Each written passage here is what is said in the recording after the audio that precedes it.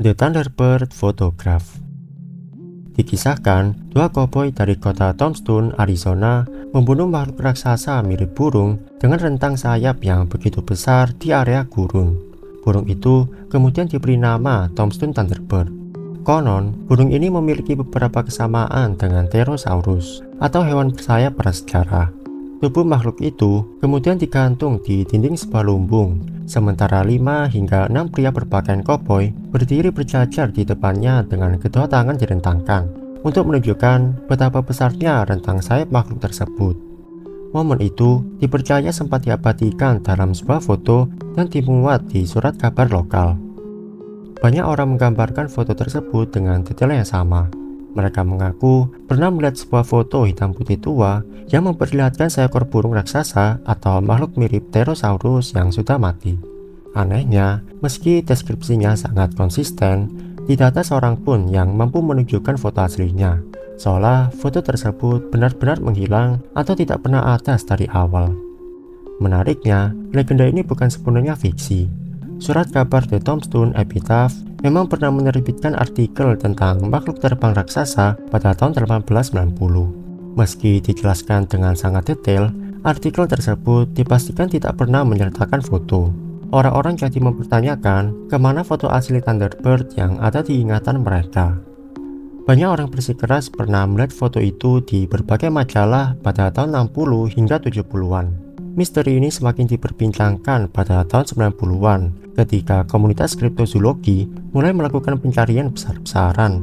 Mereka menelusuri arsip surat kabar lama, mewawancarai orang-orang, hingga memeriksa koleksi buku dan majalah lama. Sayangnya, semua hal itu tidak membuahkan hasil. Pakar kriptozoologi berpendapat bahwa orang-orang mungkin telah melihat gambar ikonik burung bangau maribu yang muncul di Guinness Book of Records pada awal tahun 70-an. Karena itulah, ingatan mereka menjadi tercampur aduk dengan legenda Tombstone Thunderbird yang pernah ditulis di surat kabar. Sejak saat itu, banyak ilustrator mencoba membuat ulang foto tersebut berdasarkan cerita dan deskripsi yang beredar. Namun hingga sekarang, tidak ada yang bisa memastikan apakah foto itu benar-benar ada atau hanya sebuah ingatan kolektif yang tercipta dari sebuah legenda. Fruit of the Loom Cornucopia.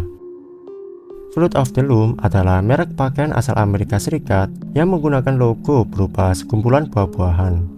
Awalnya tidak ada yang salah dengan logo ini, sampai pada tahun 2018 ada seorang user Reddit yang mempertanyakan logo tersebut di komunitas Mandela Effect. Dia menyebutkan seharusnya ada objek cornucopia atau tanduk kekayaan di belakang buah, dan tak berhenti di situ. Dia juga menyertakan foto bukti kalau tanduk itu benar-benar ada di sebuah album jazz pada tahun 1973 dan film animasi pada tahun 2006. Sayangnya, kedua bukti tersebut merupakan gambar parodi. Kisah ini kemudian berlanjut pada tahun 2019. User Reddit yang sama berhasil menghubungi seniman dari album jazz tersebut. Singkatnya, dia, sang seniman, ingat betul kalau Fruit of the Loom memakai cornucopia di belakangnya dan menjadi inspirasi awal desain albumnya. Setelah postingan itu dibuat, Mandela Effect Fruit of the Loom menjadi viral di internet. Yang jadi unik, bukan hanya ribuan orang yang kemudian bersaksi bahwa tanduk itu benar-benar ada, tapi jauh sebelum postingan Reddit itu dibuat, ada banyak orang di internet yang tidak sadar kalau dirinya terkena Mandela Effect. Mereka mengira cornucopia di logo Fruit of the Loom benar-benar ada dari awal. Tapi setelah ditelusuri, tak ada satupun riwayat logo yang menunjukkan bahwa tanduk itu benar-benar ada. Dari pihak perusahaan pun sampai membuat page khusus untuk mengklarifikasi keberadaan cornucopia yang tidak pernah ada. Ada semacam teori tak berdasar kalau perusahaan Fruit of the Loom memang sengaja menghapus cornucopia dan menyangkal keberadaan objek tersebut demi mendapatkan atensi.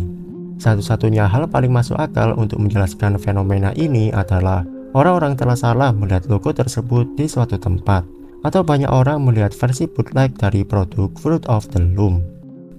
Meski Mandela Effect ini kedengarannya sangat sepele, sejak 2020 popularitas Fruit of the Loom cornucopia semakin menggila dari tahun ke tahun. Ketika banyak konten kreator YouTube dan TikTok beramai-ramai membahas topik ini. Pada akhirnya, mayoritas orang di internet setuju kalau logo Fruit of the Loom tidak lengkap jika tidak ada tanduk kekayaan di belakangnya. Dovland, Wisconsin. Di USA, ada sebuah kota yang sampai sekarang menjadi perdebatan netizen. Kota itu bernama Dovland yang ada di negara bagian Wisconsin. Dovland merupakan kota kecil. Banyak orang mengaku pernah melewati kota itu, melihat papan namanya, namun tak ada satupun catatan sejarah yang membuktikan keberadaan kota tersebut. Konon, kota ini lenyap ditelan angin sekitar awal tahun 90-an, bersama dengan seluruh warga di dalamnya. Selain lenyap dan dihapus dari peta, tak seorang pun mengingat keberadaan kota ini. Ada yang bilang kalau masih ada beberapa souvenir dari kota tersebut seperti kaos, mug, kartu pos, dan lain sebagainya. Sebagian besar warga lokal Wisconsin bahkan tidak pernah mendengar kota itu sebelumnya. Nama Dovland pertama kali mencuat di internet di sebuah diskusi paranormal 4chan pada tahun 2018. Sejak saat itu, banyak orang di internet berdebat mengenai keberadaan kota yang hilang itu. Mungkin ini hanyalah serpihan ingatan yang bercampur aduk. Tapi setelah ditelusuri lebih dalam, kota ini menyimpan teori yang menarik untuk dibahas. Pada akhir tahun 60-an, Angkatan Laut Amerika Serikat pernah mengusulkan proyek militer yang bernama Project Sanguine, sebuah proyek komunikasi untuk kapal selam nuklir menggunakan gelombang ELF. Wisconsin dipilih karena lapisan batuan granitnya dianggap ideal untuk menghantarkan sinyal. Namun proyek ini tidak pernah dibangun sesuai rencana karena biayanya yang terlalu besar dan mendapatkan penolakan keras dari masyarakat. Sebagai gantinya, mereka menjalankan versi yang jauh lebih kecil dan memang sempat beroperasi di Wisconsin hingga tahun 2004. Dari sini muncul dugaan kalau hampir seluruh wilayah Dovland sempat dihuni oleh personel militer beserta keluarganya. Ada pula yang mengklaim pernah terjadi insiden saat proyek berlangsung, hingga menyebabkan kota itu dihapus dari peta. Ada sebuah artikel menyebutkan bahwa lebih dari 1.000 orang dinyatakan menghilang di Wisconsin, lalu sebagian orang mengaitkannya dengan hilangnya kota Dovland. Masalahnya, tak ada satupun kata Dovland yang disebut di dalam artikel ini. Tidak ada bukti fisik atau apapun itu yang bisa mendukung keberadaan dari kota Dovland, kecuali foto ini, yang diduga menjadi satu-satunya bukti bahwa kota tersebut benar-benar ada. Sejauh yang kutemukan di internet, nama Dovland pernah disebut di sebuah buku dan koran, tapi bukan sebagai sebuah kota. By the way, karena fenomena ini cukup terkenal di internet, banyak vendor yang menyediakan berbagai souvenir dengan menjual nama Dovland. The 2006 Volleyball Incident. Ini adalah Mandela Effect paling liar yang bisa ditemukan di pojokan internet. Pada tahun 2017, ada seorang user anonim 4chan membagikan gambar galaksi brain tier list konspirasi politik. Di antara semua yang disebutkan, ada satu judul paling bawah yang membuat orang bertanya-tanya.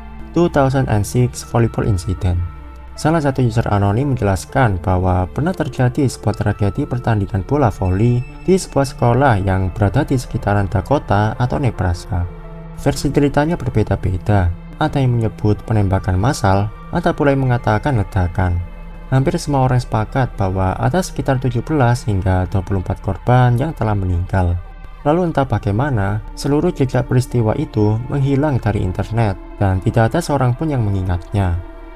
Dari sini, banyak orang mulai mendiskusikannya, baik dari 4chan maupun di Reddit, lalu mengaitkannya dengan Mandela Effect. Sebagian orang bersaksi pernah mendengar beritanya di radio saat berpergian, ada pula yang merasa pernah melihat liputan televisinya, bahkan ada juga yang mengaku masih mengingat suasana gedung olahraga tempat tragedi itu terjadi. Insiden serius seperti ini seharusnya terekam dan terdokumentasi dengan jelas oleh media. Tidak mungkin dibungkam dalam waktu yang lama. Tapi nyatanya, tak ada satupun artikel atau apapun di internet yang membuktikan bahwa insiden tersebut benar-benar ada. Lalu pada tahun 2024, seorang YouTuber yang bernama Some Ordinary Games seperti biasa membuat konten menyelam ke sisi gelap internet.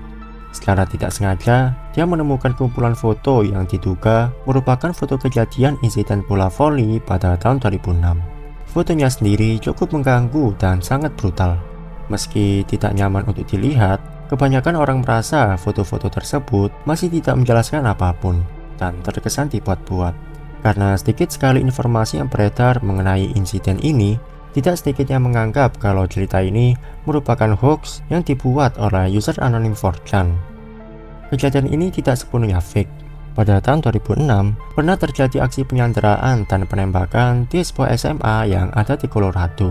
Pelakunya merupakan seorang pria berusia 53 tahun, menyandera 7 gadis, melakukan pelecehan terhadap mereka, dan membunuh salah satu di antaranya. Walau masih ada beberapa orang yang dalam tanda kutip mengaku pernah mengingatnya, kejadian ini sampai sekarang masih menimbulkan tanda tanya besar bagi komunitas internet. Gimana menurut kalian?